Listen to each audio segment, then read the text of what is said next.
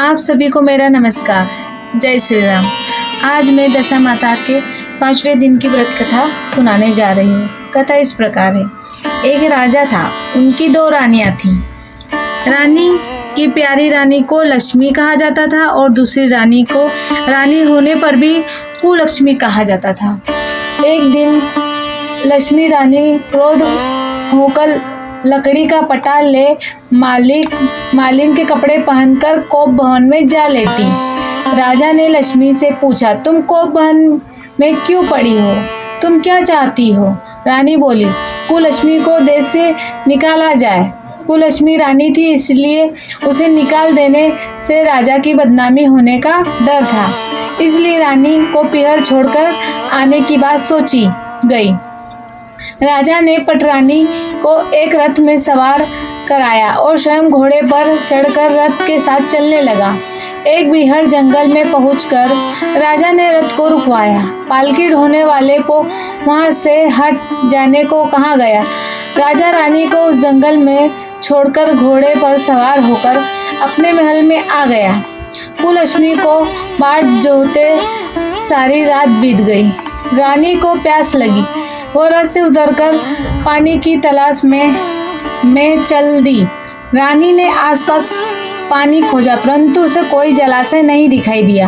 रानी ने एक सारस के जोड़े को एक तरफ जाते देखा। रानी कुलक्ष्मी सारस के जोड़े के पीछे चल दी। चलते चलते वो एक नदी के किनारे पहुंच गई। रानी ने सोचा, आदि से निर्भीत होकर उसी नदी में स्नान किया और जल पीकर प्यास बुझाई। उस समय कुछ अन्य स्त्रियां भी स्नान कर रही थी। स्नान करने के बाद उन स्त्रियों ने दशा माता का डोरा लिया। उनके पास एक डोरा बच गया था। उन्होंने रानी से डोरा लेने का अनुरोध किया। रानी डोरा लेकर अपने रथ में आकर बैठ गई। दशा माता ने रानी की परीक्षा लेने के लिए एक बुढ़िया का वेश धारण किया। उसके रथ के पास आई। वह रानी से बोली कि बेटी, यहाँ आकर क्या कर रही हो? रानी ने बुढ़िया से कहा, पहले तुम बताओ तुम कौन हो? बुढ़िया ने उत्तर दिया, मैं तुम्हारी मौसी हूँ। तब रानी उसके गले लगाकर रोने लगी। उसे अपनी विपदा भरी कहानी सुनाई, बुढ़िया को बता दी। अंत में रानी ने बुढ़िया से कहा, अब तुम केवल तुम्हारा ही सहारा है, मेरी रक्षा करो। दशा माता की कृपा से उसी जगह माया का शहर बन गया। रानी के भाई भाभी आदि सारा मायका प्रकट हो गया। रानी ने अपने पीहर के साथ मिलकर 9 दिन दशा माता की कहानियाँ सुने। 10वें दिन डोरे की पूजा होनी थी। उस दिन सवेरे उठकर दशा माता ने रानी से कहा, नदी में स्नान कर आओ, वहाँ तुमको स्वर्ण कलश मिलेगा, तुम उसे ले लेना और जो डोली तुम्हें लेने आए उसमें बैठ जाना। किसी से मत पूछना कि यह डोली किसकी है। रानी ने नदी में स्नान किया। वो स्नान करके बाहर आ गई। उसे 2 स्वर्ण कलश नदी के किनारे में रखे मिले। उन्हीं के पास रेशमी वस्त्र रखे थे। उन वस्त्रों को रानी ने पहन लिया। वह चलने को तैयार हुई तो उसे डोली आती दिखाई दी और डोली में बैठ गई और अपने घर पहुंच गई। घर पहुंचकर उसने माया के परिवार की सब महिलाओं सहित दशा माता के डोरे की पूजा की, सुहागनों को भोजन कराया।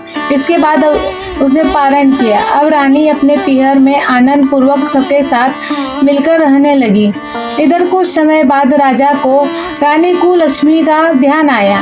राजा ने विचार किया, जिस दिन से मैं रानी को जंगल में छोड़कर आया हूँ तब से उनका कोई समाचार नहीं मिला। चलकर देखना चाहिए कि रानी कुलक्ष्मी का क्या हाल है। मंत्रियों ने राजा को समझाया कि अब रानी से मिलना आपके लिए ठीक नहीं होगा, परंतु राजा ने मंत्रियों की बात पर कोई ध्यान नहीं दिया। वो घोड़े पर सवार होकर उसी स्थान पर पहुंचा जहां पर रानी को छोड़ आया था। राजा को देखकर बड़ा आश्चर्य हुआ कि यहाँ तो सघन वन था, परंतु अब रमणीक बस्ती बसी हुई है। राजा ने लोगों से पूछा, यह कौन सी नगरी है? लोगों ने उसे बताया कि यह कुलक्ष्मी का नगर है। अब तो राजा के आश्चर्य का ठिकाना न रहा। वह बार बार सोचता रहा कि यह नगर मेरी पटरानी कुललक्ष्मी द्वारा बसाया गया है। राजा ने कुललक्ष्मी के महल के पास जाकर सूचना भिजवाई कि उसने अमुक देश के राजा मिलना चाहते हैं। रानी ने राजा को पहचान कर मिलने से मना कर दिया, परंतु मौसी ने समझाया कि हिंदुओं में तो पति परमेश्वर माना जाता है। तुम्हें यही उचित है कि तुम यथाशक्ति उनका आदर सत्कार करो। मौसी के कहने पर रानी कुललक्ष्मी ने राजा को महल में बुलवाया। दोपहर को राजा को भोजन पर बुलाया गया। राजा के साथ नाई भी था। रानी राजा और नाई को भोजन कराने लगी। पहली बार रानी ने नाई की पत्तल पर भोजन परोसा तो नाई ने रानी के पैर पर एक छींटा लगाया। रानी ने इस भेद को नहीं समझ सकी कि नाई उसके पैर पर रायते का छींटा क्यों मारा। रानी दूसरी बार पोशाक बदल कर फिर आई। राजा मन में सोचने लगा, यह तो बहुत सी रानियां हैं, सबकी शक्ल एक जैसी है। मैं अपनी रानी को कैसे पहचानूंगा। डेरे आकर राजा ने नाई से कहा, अब तो कई रानियां हैं, मैं अपनी रानी को कैसे पहचानूं। नाई बड़ा चतुर था। वो बोला, रानी तो एक ही है, परंतु वह पोशाक बदल कर हमारे सामने आ रही है। राजा ने नाई से पूछा, तुम कैसे पता चला कि रानी एक ही है। नाई बोला, मैंने उनके पैर पर रायते का छींटा मारा था। वह 3 बार कपड़े बदल कर हमारे सामने आई, परंतु वह छींटा उनके पैर पर 3 बार लगा था।